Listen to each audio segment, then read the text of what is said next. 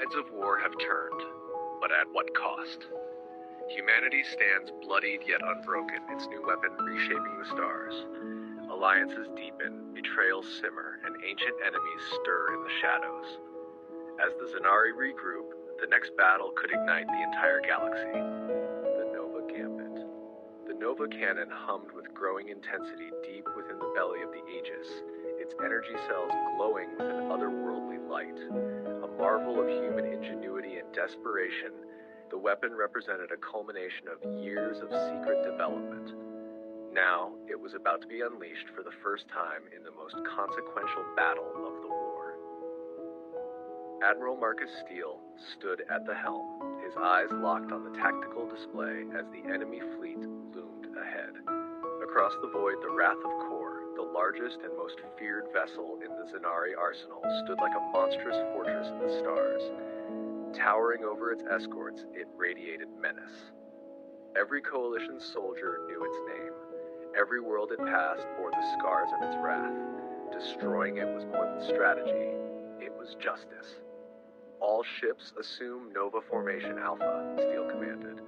The coalition fleet shifted into position, human and alien vessels weaving an intricate web of protection around the Aegis to shield it during the Nova cannon's charge sequence. On board the Wrath of Kor, Supreme Commander Zellor snarled as reports flooded in. A human superweapon? He spat, slamming a clawed fist into the armrest of his throne-like command chair. Their arrogance will be their undoing. Mobilize all units. Destroy the Aegis before they fire. The Zanari armada surged forward like a tidal wave of metal and fury, their angular ships cutting across the stars with lethal precision. Explosions bloomed as the two fleets collided. Coalition vessels, battered but emboldened by recent victories, met the onslaught head-on. Status on the Nova cannon? Steele asked, his voice calm despite the chaos. Charging at 67%, replied Tariq Aziz, his hands dancing over the console. We need 7 more minutes. That's 7 minutes too long, muttered Captain Rebecca Hayes, watching the battle unfold. We need to buy them time. Steele nodded. Then we hold the line. Outside, the war became a storm. Human fighters darted through the Zanari formations, unleashing missiles and pulse fire with brutal efficiency. Coalition dreadnoughts held their ground, exchanging fire with overwhelming enemy numbers. In the center of it all, the Aegis remained shielded, its systems glowing brighter by the second. On the Wrath of Kor, Zellor's eyes burned with rage. They protect that ship like it's the heart of their fleet. Fine. We will rip out their heart. He ordered a direct assault. A phalanx of elite Zanari destroyers broke formation, making a beeline for the Aegis.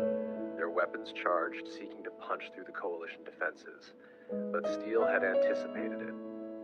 Bring in the second wave, he ordered. A new formation of human stealth ships emerged from hyperspace, their sudden arrival catching the Zanari flank off guard. Captain Hayes led the charge, her voice sharp over comms. Engage and eliminate. Protect the Aegis at all costs. The battle escalated into a maelstrom. Explosions rippled across the void. Entire ships vanished in blinding fireballs. The coalition lines wavered but never broke. On the ground below, the resistance on recently liberated Syria watched the skies in awe. The flashes of the distant battle lit up the night as word spread among soldiers and civilians alike. The humans had brought a weapon that could end the war. Nova cannon at 95%, called Aziz. Final sequence initiated. Steele stared at the growing icon on the display. The Wrath of Kor had entered range. This is it, he said quietly. Fire control, target the Wrath of Kor. Lock coordinates and prepare to fire on my command. The gunner, a calm and composed officer named Commander Lin Zhao, nodded. Coordinates locked. Cannon primed. Captain Hayes, Steele said over comms, begin withdrawal maneuvers. All ships pull back to safe distance. As the ships disengaged and fell away, Zellor realized what was happening. His eyes widened with fury and disbelief. They're about to fire! All ships, intercept that shot. Block it if you must.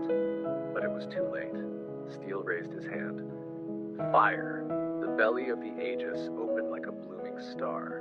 From its core, the Nova Cannon unleashed a concentrated beam of searing blue-white energy. It tore through space like a spear of pure judgment. Anything in its path, debris, fighters, warships, was vaporized in an instant. The beam struck the Wrath of Kor square in the center. For a moment, there was silence. Then, the Zanari flagship erupted in a cataclysmic explosion that sent shockwaves rippling across the sector. The blinding light was visible even from orbiting moons. On the Aegis, stunned silence reigned before a cheer erupted across the bridge. Steele allowed himself a moment of satisfaction, his voice solemn. Target destroyed. The Zanari fleet, leaderless and demoralized, began to break apart. Pockets of resistance scattered. Coalition ships pursued and cleaned up the remnants. From orbit, the wreckage of the Wrath of Kor was a drifting monument, testament to what unity and resolve could accomplish. Later that cycle, the Coalition held a broadcast that spanned the galaxy. Images of the Nova Cannon, of the obliterated Zanari flagship, and of the human fleet in formation were transmitted to every member world. The message was clear. The tide had turned. In the council chambers on Eris, High Counselor Terrace stood before a standing ovation. Today, humanity has shown us a new path forward. They have not only saved us, they have redefined what the Coalition can be. On Earth, the reaction was one of astonishment and pride. Cities erupted in celebrations. For the first time, humans truly felt they belonged not just on Earth, but in the stars. But Admiral Steele, ever the realist, remained focused. The destruction of the Wrath of Kor was a turning point, but not the end. In a private debriefing with his senior officers, he laid out the new objective. We've broken their spine. Now we target the heart, the Zanari homeworld. The war was far from over, but now the galaxy believed. And for the first time, the Zanari Dominion knew fear. Would you like